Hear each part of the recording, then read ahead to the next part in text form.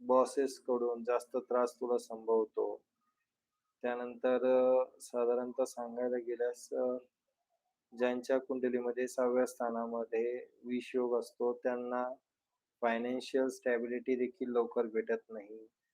एखादा जॉब लागला आणि तो जॉब लागल्यानंतर त्या ठिकाणी टिकला असं कधी झालंच नाही आणि ते तू सांगितलं देखील आहे.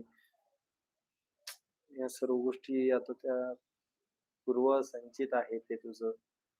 हो, खरं आहे सर. धन्यवाद.